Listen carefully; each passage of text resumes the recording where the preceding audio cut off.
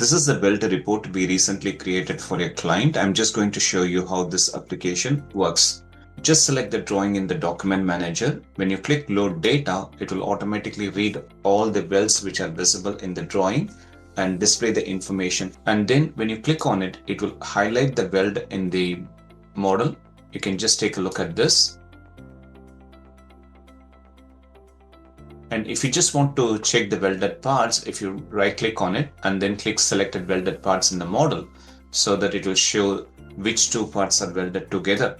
And it gives you maximum information in the report where you can see this connecting member, connected member and thickness. If it is welded both web and flange, that's what it shows, the thickness of flange and web here. So I can also export this information into Excel sheet. Once I click export data, this will automatically export the data. Here is the report. Thank you for watching this video.